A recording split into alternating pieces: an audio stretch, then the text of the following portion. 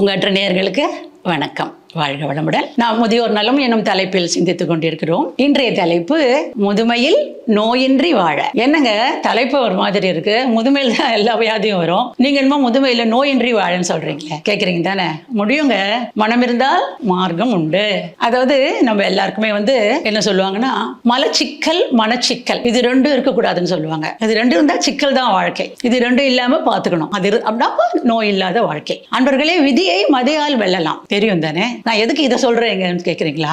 அதாவது நம்மளுக்கு நம்ம பாட்டி தாத்தா கிட்ட இருந்து நிறைய சொத்து வந்திருக்கலாம், அம்மா அப்பா கிட்ட இருந்து சொத்து வந்திருக்கலாம். பாட்டியோட அடிகை, தாத்தாவோட தோட்டம், இன்னும் அப்பாவோட பெரிய வீடு, அம்மா அது ரயிற மூக்குத்தி எல்லாம் நம்மளுக்கு கொடுத்துட்டு இருக்கலாம். அம்மா எல்லாரும் நம்மளாம் பெரியவங்க எல்லாம் ரைட் என்ஜாய் பண்றோம். அப்ப கூடயே அம்மாவுக்கு சக்கரை வியாதி இருக்கு, அதுவும் நம்மளுக்கு வந்துடுச்சுன்னு நினைச்சுக்கோங்க. அப்ப சொல்லுவாங்க மீதி பேரு, ஆமா அம்மா சொத்து எல்லாம் எடுத்துட்டல, அப்ப சக்கரவாதியும் நீ தான் அனுபவிக்கணும், அனுபவி அப்படின்பாங்க. இல்லைங்க, நம்ம அதெல்லாம் எடுத்து என்ஜாய் பண்ணலாம் சொத்தெல்லாம். அட் த சேம் டைம் இந்த சக்கரவாதியம் நம்மளுக்கு இல்லாம கூட பாத்துக்கலாம், தெரியுமா? அதுதான் விதியை மதியால் வெல்லலாம். நம்ம பழக்க வழக்கங்கள்லாம் சரியா இருந்ததுன்னு சொன்னாவே கொஞ்சம் கொஞ்சமா குறைச்சிடலாங்க. அந்த வியாதி இருந்தாலுமே நம்ம கரெக்டா நம்மளுடைய பழக்க வழக்கத்தை மாத்துறதால என்ன ஆகும்னா, நிச்சயமாக நம்மளுக்கு நோய் இல்லாமல் வாழ முடியும். அதுக்கு என்னெல்லாம் பண்ணலாம்? அதாவது உணவு எடுத்துட்டோம்னு சொன்னா, உணவு செகண்ட் சைல்டிஷ்னஸ் சொல்லுவாங்க. இந்த 60 வயசு ஆயிடுச்சுன்னா அதுக்கப்புறமே குழந்தை மாதிரி தான் பிஹேவ் பண்ணுவாங்க நிறைய பேர். அப்ப அந்த உணவுலையுமே பார்த்தா இதை நம்ம கடைபிடிக்கணும், அதை மாட்டாங்க. அப்ப உணவு அந்த குழந்தைக்கு எப்படி பார்த்து பார்த்து விட்டுரும், இது ஒத்துக்கும் ஒத்துக்காதுன்ட்டு இல்லையா? அப்படிதான் இந்த வயசுக்கு அப்புறம் நம்மளுமே எது ஒத்துக்கோன்னு பார்த்து அதை தான் சாப்பிடலாம். ரொம்ப ஹார்டா இருக்கிற உணவு, டைஜஸ்ட் ஆகாது, எண்ணெய் பதார்த்தம் அதெல்லாம் சுத்தமாக தவிர்க்கணும். காலம்பரை 7:30 to 9 அதுதான் வயிறு வேலை பார்க்குற நேரம். அந்த டைம்ல நம்ம மார்னிங் டிஃபன் எடுத்துக்கணும். பிரேக்ஃபாஸ்ட் அதெல்லாம் தூங்கல இல்லையா, சாப்பிடல இல்லையா, அதை ஃபாஸ்ட், அதை சரி பண்றது. ஸோ காலம்பரை கஞ்சி, இல்லை அந்த மில்லட்டால செய்யப்பட்ட உப்புமா, அது மாதிரி ஐட்டம்ஸ் நம்ம சாப்பிடலாம், நல்லா இருக்கும். அடுத்து மதியம் 12 to 1:30 அதுக்குள்ள நம்ம லஞ்ச் டைம் முடியணும். அதுல என்ன பண்ணலாம்னா, அரிசி சோறு கம்மியா சாப்பிட்டு நிறைய காய்கறி சாப்பிடலாம், நெய் தயிர் எல்லாத்தையும் அப்ப நம்ம யூஸ் பண்ணலாம். இந்த பழங்கள் சாப்பிடணும்னா அதை மட்டும் என்ன பண்ணணும்னா, கொஞ்சம் ப்ரீபோன் பண்ணணும், முன்னாடியே சாப்பிடணும். பழத்தை சாப்பிட்றதுக்கு முன்னாடியே, கொஞ்ச நேரத்துக்கு முன்னாடியே. ஏன்னு கேட்டா அந்த பழம் என்ன பண்ணுமா, உடம்புல போயிட்டு இந்த வயிறு ஒரு கோட்டிங் மாதிரி ஃபார்ம் பண்ணிடுமா. அது சாப்பிட்ற சாப்பாட்டை ஈஸியா டைஜஸ்ட் பண்றதுக்கு உதவும்னு ஆராய்ச்சியாளர்கள் கண்டுபிடிச்சிருக்கிறார்கள். அப்புறம் நைட்டு பை 7 நம்ம சாப்பிட்றத முடிச்சிடணும். இது மாதிரி பண்ணிடணும்னு சொன்னா நம்மளுக்கு உடம்பு அது லைட் டிஃபன் தான் சாப்பிடலாம். அது கம்பு தோசை, ராகி தோசை, 2 சப்பாத்தி, நிறைய வெஜிடபிள்ஸ் இதெல்லாம் சாப்பிடலாம். ஈவன் நட்ஸ் எல்லாம் ஊற வச்ச நட்ஸ் அதெல்லாம் கூட கொஞ்சம் கொஞ்சம் அளவா நம்ம எடுத்துக்கலாம். மத்தியானம் அது மாதிரி டைம்ல எடுத்துக்கலாம். அப்புறம் ஈவினிங் கொஞ்சம் சுண்டல் அது மாதிரி கூட லைட் ஸ்நாக்ஸ் ஏதாவது நம்ம சாப்பிடலாங்க. இது உணவு. அதே மாதிரி விரதம் இருக்கணுங்க. உனக்கு கொஞ்சம் பேர் ஒரு பொழுதுன்பாங்க, அப்புறம் ஏகாதசி விரதம்னு சொல்லுவாங்க, ஒரு மாசத்துக்கு ஒரு நாள் விரதம்னு சொல்லுவாங்க. அதெல்லாம் அந்த வயிறை கிளீன் பண்றதுக்கு, வயிற்றுக்கு ரெஸ்ட் கொடுக்கறதுக்கு, இது என்ன ஆகும்னா உடம்பு நல்லா வச்சுக்கிறதுக்கு ரொம்ப யூஸ்ஃபுல்லா இருக்கும். அப்புறம் விட்டமின் டி அப்படின்னு ஒரு கான்செப்ட் இருக்கு. இப்போ அதுதான் நிறைய பேர் பேசுறாங்க. டாக்டருக்கு போனாவே விட்டமின் டி டெஃபிஷியன்சிங்கிறாங்க, மாத்திரை கூட கொடுக்குறாங்க. அண்ட் ஆக்சுவலா இது மாத்திரை இல்லைங்க.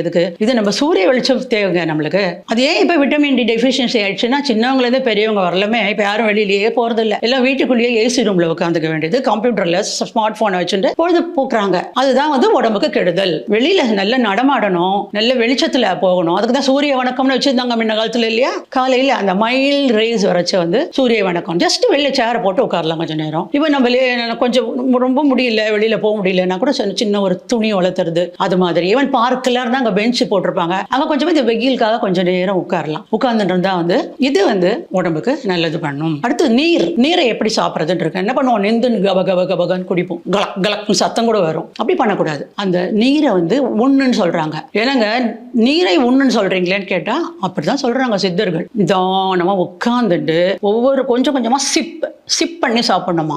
அப்ப என்ன பண்ணும், வாய்க்குள்ள சலீவா உமிழ்நீர் சுரக்குது இல்லையா, அதோட அது கலக்கணும். அந்த தண்ணியை கலந்து அது கெமிக்கல்ஸ், அது ரியாக்ஷன் ஆகி அப்படியே அதுக்கப்புறம் ஃபுட் பைப்புக்குள்ள நம்ம அனுப்பிட்டோம்னு சொன்னா அது உடம்புக்கு ஜீரண சக்திக்கு யூஸ்ஃபுல்லா இருக்கும், நல்லா இருக்கும். இதே மாதிரி காலம்பரை எழுந்தவுடனே ஒரு பெரிய கிளாஸ் தண்ணி குடிக்கணும். அதுவும் வயிறை உடம்பு ஓவராலா கிளீனிங் பண்ண உதவும். சாப்பிட்ட அப்புறம் உடனே தண்ணியை குடிக்கக்கூடாது. அது என்ன ஆகும்னா, அந்த ஆசிட் இருக்கு இல்லையா வயிற்றுல சுரக்கிறத, அது டைல்யூட் பண்ணிடும். டைஜஷனே ஆகாது. அதனால 1/2 hour பொறுத்து தான் வந்து தண்ணி குடிக்கணும். நீருன்னு பாருங்க இத்தனை விஷயம் இருக்கு நீர் அப்படிங்கிறதுல. ஸோ இதெல்லாம் பண்ணாவே வந்து நம்மளுக்கு நோய் எதிர்ப்பாற்றல் அதிகமாக இருக்கும் அன்பர்களே. அடுத்து மனசுன்னு எடுத்துட்டோன்னா அதுல வந்து தீய எண்ணங்கள் இருக்கக்கூடாதுங்க. இந்த தீய எண்ணங்கிறது என்ன பண்றது? வெறுப்பு, கோபம், எதிர்பார்த்தெல்லாம் இருக்கு இல்லையா? இதுல என்ன சொல்றாங்கன்னா, விஞ்ஞானிகளும் சொல்றாங்க, மெய்ஞானிகளும் சொல்றாங்க, நம்மளுக்கு வந்து கோபம் ஜாஸ்தி ஆயிடுச்சுன்னு நினைச்சுக்கோங்க, பிபி எல்லாம் ஜாஸ்தி ஆயிடும். அப்போ மூளைக்கே பிரச்சனை ஆயிடும். அந்த மன அதிர்வு ஜாஸ்தி 14க்கு மேல 15, 16, 30 போனா ரொம்ப டேஞ்சர் அது அப்படின்னு சொல்றாங்க. அப்ப கோபம் இல்லாம பாத்துக்கணும். அடுத்து கவலை என்ன பண்ணுமா? வயித்தை பிரச்சனை பண்ணும் அப்படின்னு சொல்றாங்க. பயம் சிறுநீரகத்துக்கு பாதிக்கும். அப்புறம் ஈகோ, எதிர்பார்த்தல் என்ன ஆகும்? அது ஹார்ட்டுக்கு வந்து பிரச்சனை பண்ணும். அந்த பேராசைன்னு ஒண்ணு இருக்கு இல்லையா, அது எதிர்பார்த்தல்ல போய் முடியும், அது ஹார்ட்டுக்கு பிரச்சனை பண்ணும். பொறாம குணம் அது லங்ஸை வந்து பாதிக்கும்னு சொல்றாங்க. அப்ப இதெல்லாம் எல்லாம் பார்த்துக்கணும் இல்லையா? அதே மாதிரி கருமித்தனம் இருக்கிறது கொஞ்சம் பேருக்கு.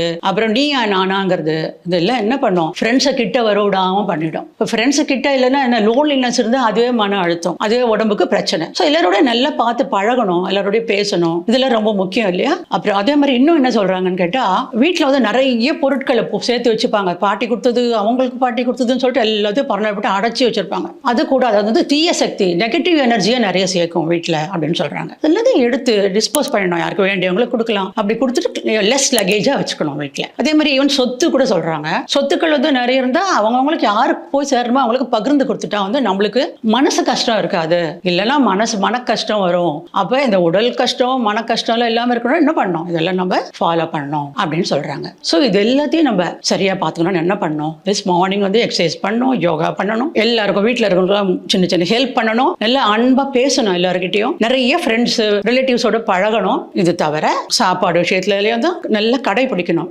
அப்படி பண்ணினோம்னு சொன்னா நம்ம வாழ்க்கையை வந்து ரொம்ப சீரா போகும். ஸோ அதுக்கு தியானம் பண்றது ரொம்ப முக்கியம். ஸோ அதை நம்ம வந்து கடைபிடிக்கணும். அது வந்து இந்த மனசை வந்து சுத்தப்படுத்தும். அதே மாதிரி எக்ஸசைஸ் வந்து உடம்பை சரி பண்ணும். அப்படி இருந்தா நோயின்றி நாம வாழலாம். அதாவது நோய் எதிர்ப்பாற்றல் வந்து நல்லா நம்மளுக்குள்ள வந்து பெருகும்.